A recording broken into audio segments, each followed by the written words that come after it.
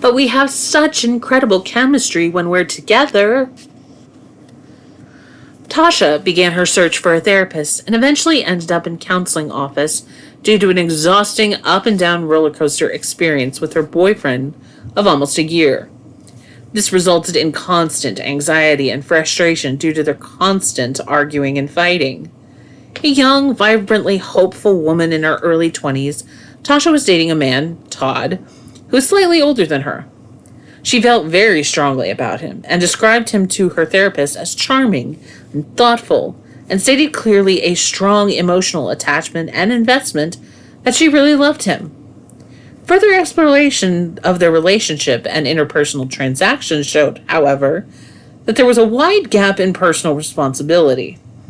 Most would interpret this as a gap in maturity, as she was ready for a stable domestic life.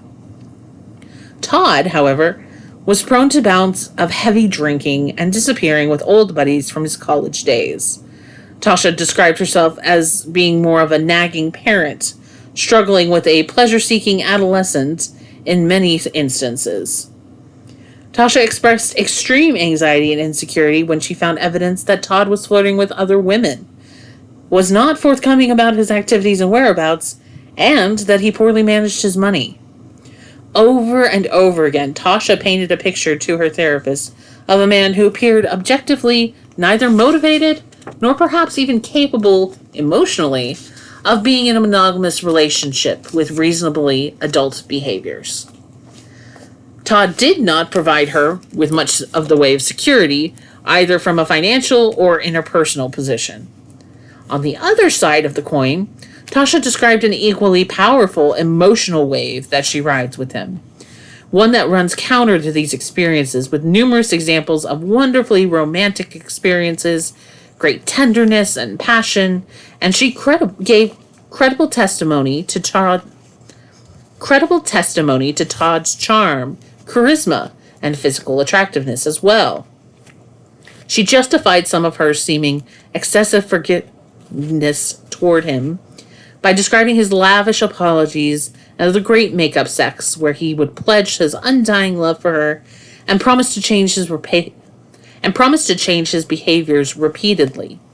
It appeared that the highs somehow almost counterbalanced the lows for her and caused her to overlook the foundational dysfunction between them.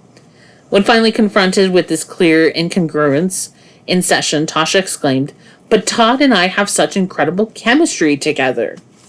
She returned repeatedly to this pleasurable, gratifying emotional and physical connection as a reason to keep trying to hold a relationship together that caused her recurring anxiety and depressive symptoms. This is such a common thing for people to hear themselves say, and I'm not even sure where to begin to address it. Placing a value on an emotional connection is a pretty natural thing to do in any relationship that is personal and intimate, no matter who you are. However, it seems that there is something foundational in our wiring when it comes to relationships that causes us to overvalue the concept of chemistry. Now let's define exactly what I mean by chemistry and what you probably understood it to be as well. We're talking about how pleasant it is to be interacting with someone, how gratifying and how smooth and how natural those transactions are. Maybe to really understand what the positive side of chemistry truly means, we have to discuss what the negative side is. Everyone that I know has been on a date with someone that they felt physically attractive. That they have felt was physically attractive. But they felt no electricity between them, and they felt that there was a disconnection. No spark. The best analogy I can think of would be listening to a song on the radio that doesn't do anything for you. Doesn't make you want to dance. The lyrics didn't evoke any deep feelings, or that speaks to me moments. And as you didn't really care too much whether you ever heard it again. It might even have been a song by a band that you really, really wanted to like, or you felt like you should have liked, but it just didn't make a connection into you. Usually when someone goes on a date with a person, unless it's a blind date, which is not really in vogue anymore, the issue of physical attraction on some general level has long already been decided. If not, there wouldn't have been a date scheduled to begin with. And the issue is whether you feel something internally when you're in the presence of the other person. I'm assuming that the word chemistry would best explain the concept of mixing two substances to come to the right and satisfying blend that would bring the desired result of feeling good. I have absolutely no interest in combating or disputing the idea that people should not put any weight whatsoever on how well they emotionally feel when they're in the presence of someone that they are trying to have an intimate relationship with. Nor would I try to say or insinuate that it's a bad thing to find any emotional fit with a partner that feels comfortable and enjoyable enough to want to keep. But for the purposes of this chapter, understanding the phrase, "but we have such great chemistry," is inherently toxic is key.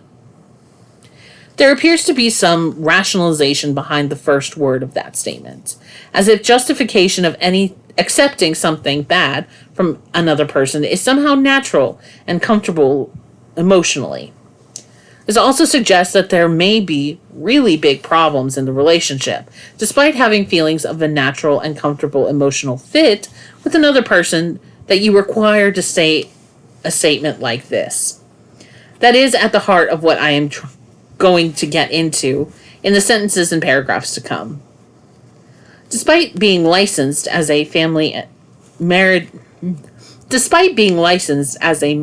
and family therapist, I would like to state for the record that I am not a marriage counselor or even a relationship counselor of the first order. I do not specialize, nor want to specialize for that matter, in counseling couples, but I have plenty of experience in doing so and continue to gain experience doing it because relationships are unavoidable as a therapist. As a result, I have developed a pragmatic working model from my experience with couples, from wives' observations, and experiences from the nature of romantic relationships.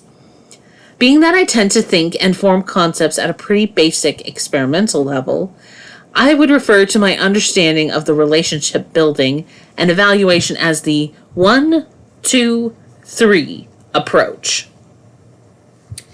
This would be my way of simply laying out the basic stages of how people build and process relationships. 1 is an easy and simply understood first step. That is whether or not you find the person attractive on a physical level. This would mean their overall appearance, which includes their physique, facial features, body languages, and maybe even their personal presentation as far as dress and voice goes. It's a pretty simple and easily answered question. Do you find this person that you just met visually attractive enough to want to have a potential physical relationship with them? And can you see them as a potential mate? Period. There can be a lot of variations to this, but almost as a rule, this first question has to be answered with a yes, or things don't go much further. People either look good or they don't. 2 is where the concept of personal chemistry comes into play. This is the question of whether this other person that has now met the criteria of being physically attractive will feel good to be with on some sort of emotional and foundational experimental level. Does the way they talk and the way they present themselves evoke a positive emotional reaction that makes you feel something warm and good, excited, or comfortable, safe, and good? Do they present themselves in a way that makes them interesting and desirable? Do your conversations have some natural flow and synchronicity that makes you want to get off the phone with them? That makes you not want to get off the phone with them? And do you feel, as people often say to me about someone when they met, that we could have or did talk for hours and hours? Do you feel like you and that person have some sort of special shared understandings or sort of a secret language with lots of unspoken feelings, where you feel like you can finish each other's sentences because you are so tuned into each other's radio stations. These are the kinds of questions that come under the step number 2 in building relationships. They may look good, but do they feel good to be around and leave you wanting more, where you can't wait to see them again? This experimental part is an absolute must in any romantic relationship. The final part, 3, is the tricky one. This is the issue of whether this romantic candidate for a relationship is actually good. Once you get past the question of whether they look good and the question of whether they feel good, then the next question and the final question is whether their values, moral beliefs, and their instincts and habits make them truly a compatible and appropriate match for you. Now, this is a much harder thing to determine than number 1 and number 2 because it takes detective skill and it takes time, whereas the first 2 numbers are things you can tell fairly quickly. Determining who another person is at their core takes forensic skills, on top of a desire to find out who they really are. It also takes a little bit of emotional detachment and a lot of time. The dating process itself, by my experience and observation, has a lot of salesmanship to it. And it's a very structured process where you don't want to show that 3 of clubs in your hand, and you don't want to show as many face cards and aces as you possibly can seal the deal. It's human nature to want to hide things that we don't like to talk about ourselves, or that we might be ashamed or feel guilty about. We might even feel that we just don't want someone else to see our flaws, because they may not like them even if we're okay with it ourselves. So to determine this number 3, you may have to work through someone's defenses. Or it may be that you have to look for the things that just don't come up in normal flow of conversation. It may be that determining someone's character or values about infidelity or raising children or their work ethic and responsibility may only truly show themselves under stress or moments of opportunity. As you can see, this is a difficult question to answer, and it's really difficult by nature to try to figure out somebody out while you're in the middle of trying to enjoy and experience them. To me, this is a lot like jumping on a sled and going down a steep, snowy hill at full speed and worrying about rocks in the path at the same time. Usually, we're too busy enjoying the rush and the speed and the wind in our face to question whether we should be going down that hill at all in the first place. Now that we've laid out the 3 steps to a relationship, we're ready to operate on the patient and critique the statement, "But we have such great chemistry," and pick apart what's wrong with that statement and why you should never, ever say it to yourself. The simple issue that I experience in my counseling practice every single day is something about human nature that makes people stop the process after number 2.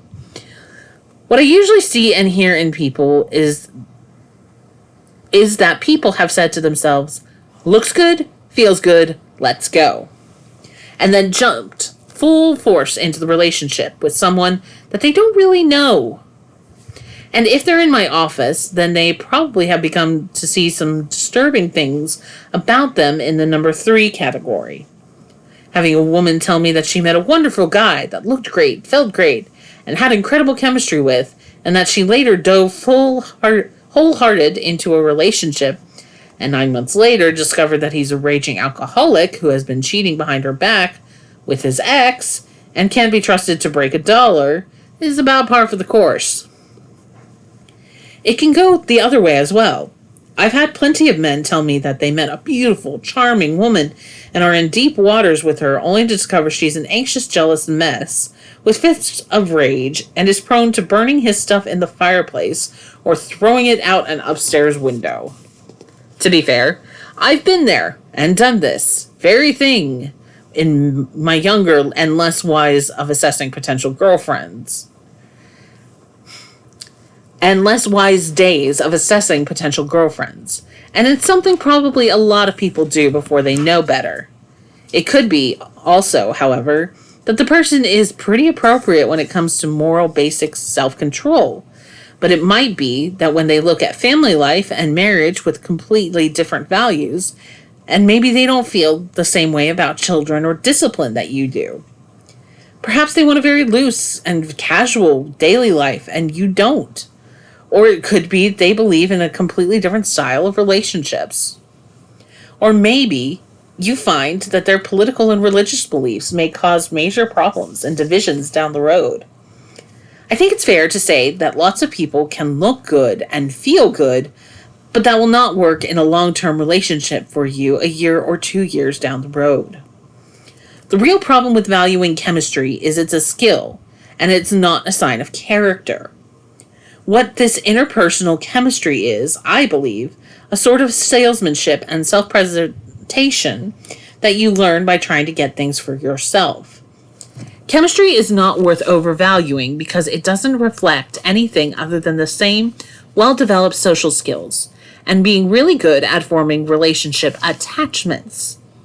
My standard sarcastic sort of joke is that the two best groups of people I know at forming chemistry are strippers and people with substance abuse issues. I say this because those two groups are masters at having to size people up quickly and form charming, pleasurable chemistry in order to get something from you. And neither group has any interest, most likely, in any kind of long-term relationship that's healthy or sustainable. Chemistry is absolutely valueless as anyone can create it for any reason or any motive that they choose. It can be a sign of thoughtfulness and consideration and great social skills if used for good, or it can be evidence of someone who just got really good as a kid talking mommy out of an extra cookie before dinner. When someone starts reflecting back on their supposedly great chemistry as an argument to stay in a relationship, I know that they are valuing something that is superficial and emotionally based. They are facing a giant, flaming red flag that should be telling them to either slow down the relationship or jump off the sled. Very simply, it's exactly the wrong thing to base a relationship on, even though it's important and even though it's necessary. I'm going to argue that you should value things in someone else more than take. It will take more effort and time to create, and these things are always found within number 3. And that looks good, feels good, should only mean that the person is worthy of the time and effort it takes to look in that category. I'm a big fan of delaying gratification in the short term, in order to accomplish longer term and more substantial goals. I can't think of anything longer term and more substantial than finding an appropriate lifetime partner or mate. The world is full of both men and women of all ages, races, cultures, and experiences who misinterpret chemistry, and I feel like they fit in with who misinterpret chemistry and feel like they fit with someone on an emotional level as proof of they've found the one. I will even admit that my counseling practice is made up of these folks and depends on this distorted belief and value to keep me full and busy. I'm challenging you personally not to fall into this giant pit and overvalue charm and see it as proof of some greater motive or value to truth, and not to make the relationship decision based on how someone feels to be with.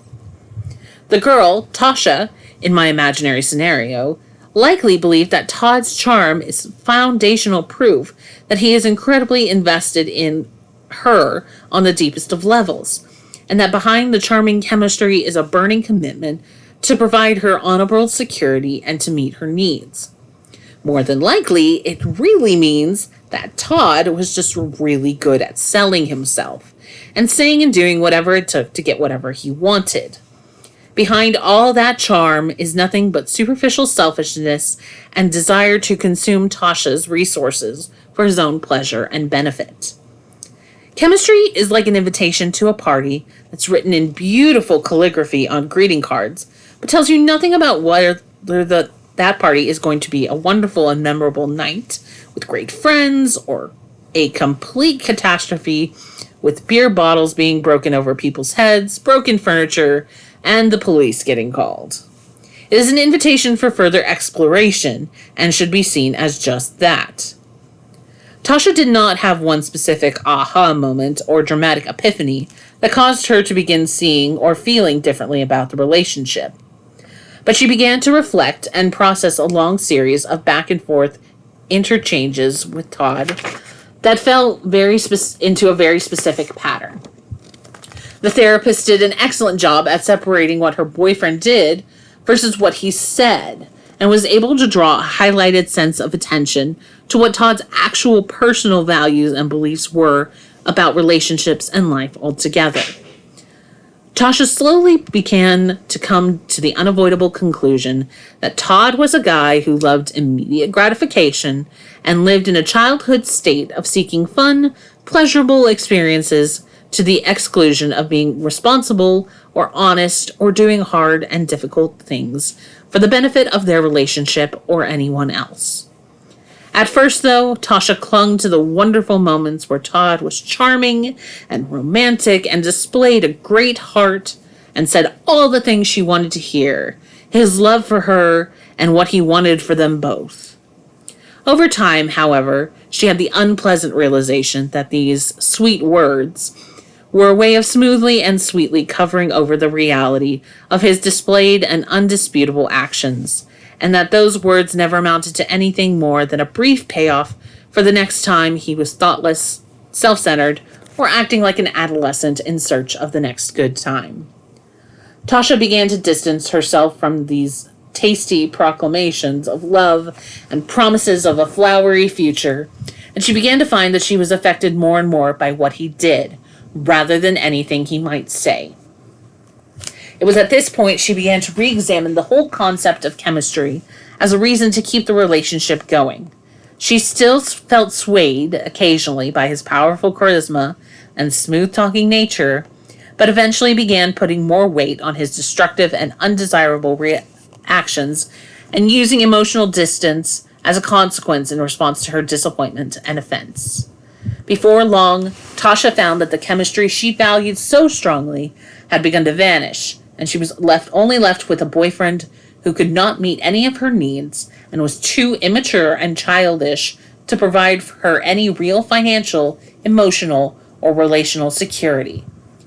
She eventually decided to take a break from Todd. While this brought on an intense increase in his charming and now desperate overtures to reconcile, Tasha held out for someone who could actually do the right thing instead of talk about it. She soon found herself dating a man who had a much more congruent set of values to her and who would keep his word about where he was and with whom, and also exhibited a strong sense of adult self-control and responsibility. Tasha began developing a deep relationship with him as Todd faded into the distance as just a necessary learning experience.